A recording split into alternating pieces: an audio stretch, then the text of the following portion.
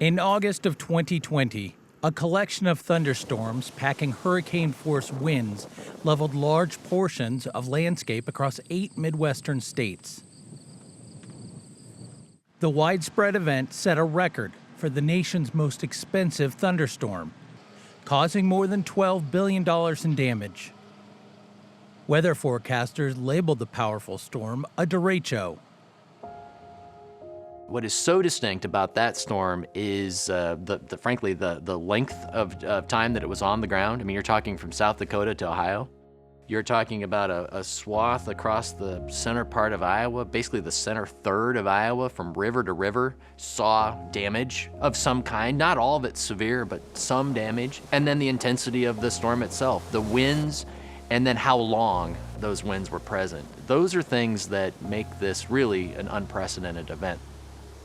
Described as a hurricane without an eye, the tempest did most of its damage in Iowa, wiping out millions of acres of row crops.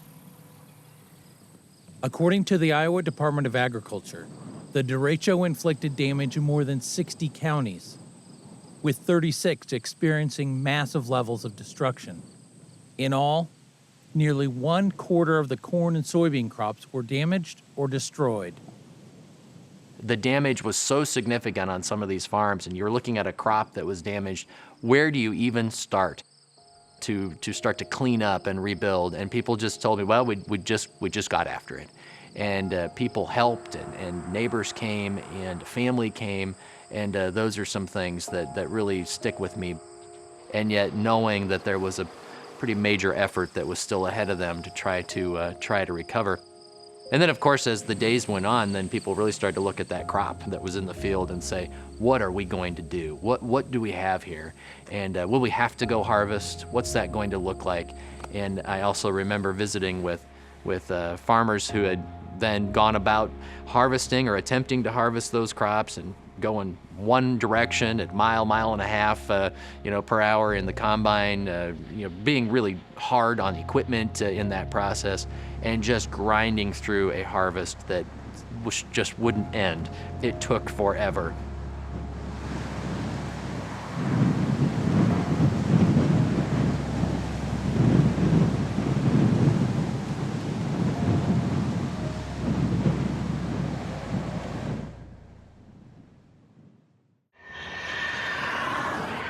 Iowa is not alone in dealing with evolving weather patterns and storms pushing wind speeds higher and rainfall amounts to record levels. In December of 2021, a severe line of storms produced an EF4 tornado in Mayfield, Kentucky. The twister was part of a much larger system that stretched over 6 states. The supercell thunderstorm spawned multiple tornadoes on its 8-hour, 350-mile journey. For Glisson, the significance of this storm wasn't just the system's severity, but the storm's timing. Along that cold front, along that squall line, and eventually what will become a derecho, by no means as devastating as the August 10th derecho, 63 tornadoes were spawned from that event. We're talking the middle of December, okay? The largest tornado outbreak for December for the United States in United States history across Iowa, but also the largest outbreak of tornadoes for the state of Iowa for any month in December. It blows your mind. It still blows my mind thinking about that. The conditions needed for storms to spawn multiple tornadoes, coupled with expanding and shifting storm fronts across the country, are among the conditions Glisson and other climatologists have been watching for several years.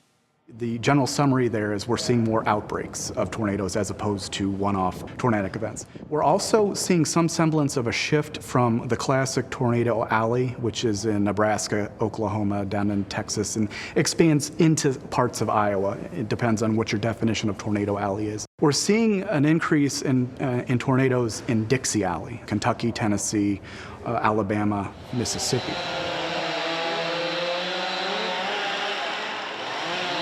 Extreme weather events have continued to plague the Hawkeye State. In spring of 2022, a storm system composed of 3 supercell thunderstorms spawned 10 tornadoes.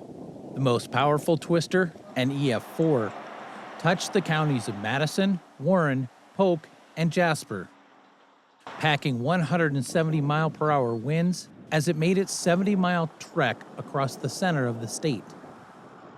In terms of weather across the state, it's becoming more extreme. It will continue to be extreme, whether it's drought, heat waves, flooding, all those severe weather events were going to become more extreme.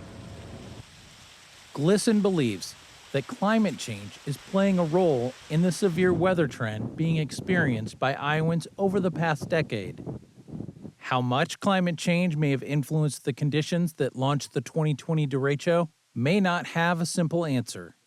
So when we talk about climate change impacting severe weather, winter weather, any kind of weather event that we talk about, we don't use one event to dictate a trend. As a scientist, we need multiple data points that tell us in a direction that we're moving. Peer-reviewed studies that have shown that the days in which severe weather environments have increased, especially in March, April, May, June, are due to a warmer climate. So definitely there are climate change fingerprints on the larger scale structure of the atmosphere. Now, for individual events, was the August 10th derecho supercharged because of climate change? We don't know yet. For Market to Market, I'm John Torpy.